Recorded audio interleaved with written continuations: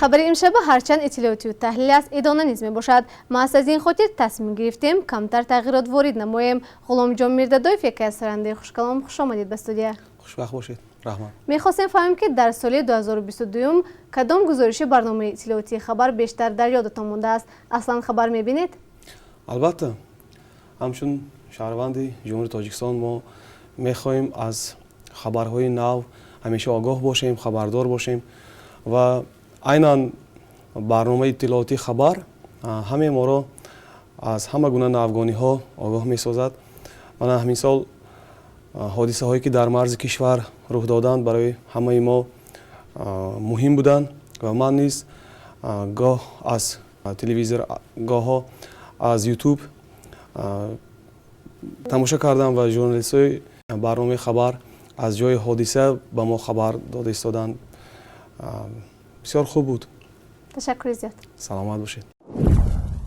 دوام سال 2022 در دو حالت مناقشه مرزی با جمهوری قرقیزستان به قید گرفته شد. این مناقشه در حدود ولایت سوخت، شهر و ناحیه های اسفره، باباجان غفوروف، جبار رسولوف و حتی دیوشتیچ به مشاهده رسید.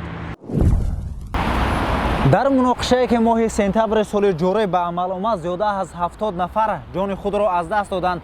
در برابر سربازان، ساکنان آسایشته، نابالغان و همچنین زنهای حامله‌دار نیز به هلاکت رسیدند. زیرا جانب نظامیان کشور همسایه به آگاهی به سوی اهالی آسایشته تاجیکستان از تانک‌ها و طیاره‌های بی‌سرنشین تیر کشیدند که در نتیجه تلفات جانی و مالی به قید گرفته شد.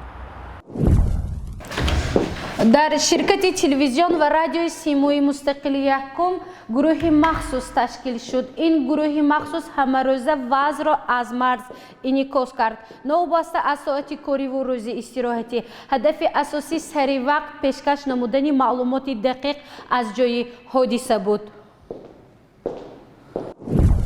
گروه کاری برنامه اطلاعاتی خبر در مرکز جماعت دهات اوچقلعچه ناحیه باباجان غفوروف قرار دارد. حالا ساعت 11:01 می باشد. وضعیت در مرز آرام می باشد. سرحدبانان در حالت آماده باش قرار دارند تا مرز را حمایت نمایند. شب گذشته در نتیجه ترکیش طریق بیسپیلوتنیک یا خود بی‌سرنشین در مرکز جماعت ترکیش رخ داده است.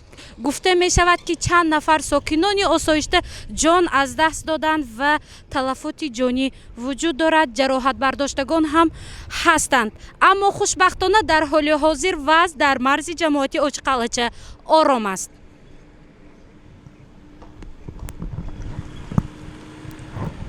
صبح ساعت 7:15 سنه 16 سپتامبر از جانب سرحدبانان قرقیزستان سوی ساکنان آسایشته مردم تاجیک تیر کشیده شد. ساکنان آسایشته جماعت اوچقلعچه برای قانونچینی پخته می رفتند، اما مناقشه سرحدی به این کار مانع شد. مقامات حکومت دولتی نظامیان سری وقت به جای حادثه رفته زنان و کودکان و نورسان را به جای بی‌خوف کشاندند تا از تیر دشمن آسیب نبینند.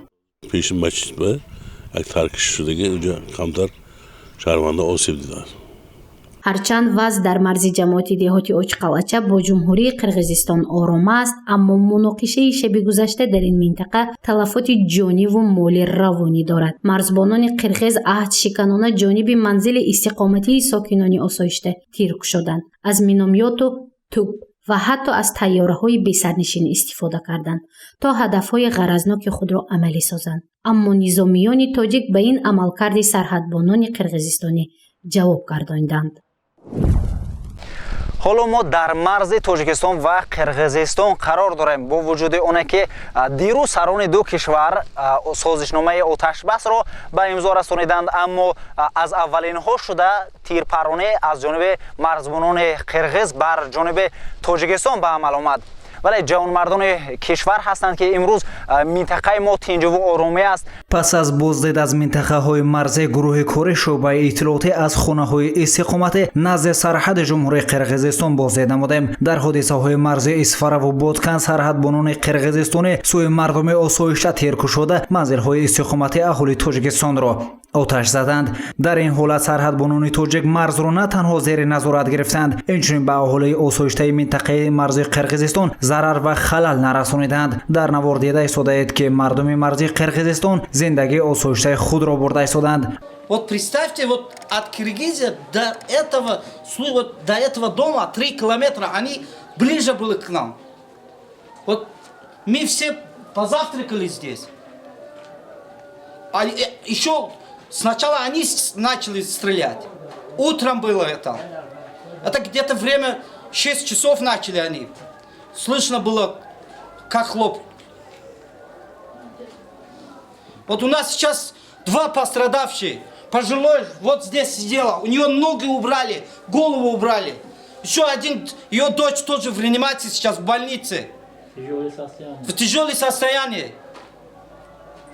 Говорят, вот первые таджики были. Мы сами слышали, оттуда влетели. Еще наши вот соседи в магазине тоже такой случай было. Мы все дети даже не представляли, чтобы война была. Если они начали бы таджики, они нас эвакуировали бы. Мы все дети мои, вот отсюда до школы 500 метров.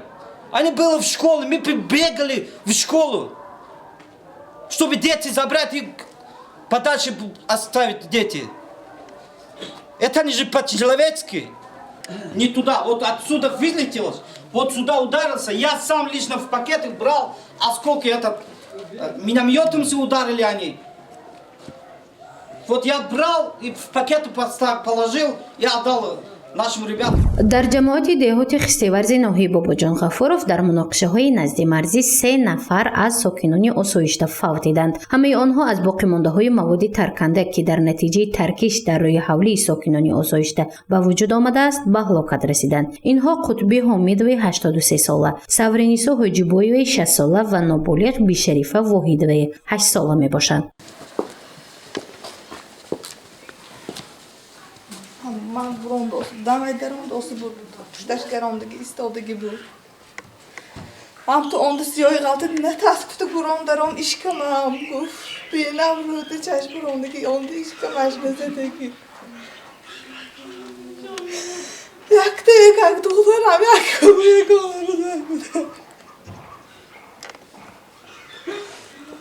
اکون برند برفت اوس بودیم ماشین به برند سار مشت بودیم هم تو آدم خانه برند بودیم سحر بود ساعت 8 بود سحر بود اول انجامشو پیشاندم برنده آمدیم اینجا از ستکی هم در هم تو گفتیم برندیم هر دوما işte من زنده دارم بود مازش نشد برنس اندازی پشتی سری خودم تراشید لحظه کردم باید تحصیل دوربی خانه و گرام دارم işkamam گفت سری خودم بخوای ورشد یکیش نیقدرم تراشتگی هم تو Ahtahtırmışlar onlara aşkı mecbur oldum bırakmayayım. Hayatı mecbur oldum. бишарифа воҳидоваи 8 сола аз садои баланди снаряд тарсида ба назди модараш меравад. дар рӯи ҳавли боқимондаҳои снаряд ё худ осколка ба ҷисми нозуки духтарча осеби сахти ҷисмонӣ мерасонад. модару духтари ҷароҳатбардоштаашро рӯи даст гирифта охирин ҳарфи ӯро мешунавад. ваҷонакам ва ҷонҷонам шикамам дард мекунад, гуфт бишарифаи оғуштаи хун.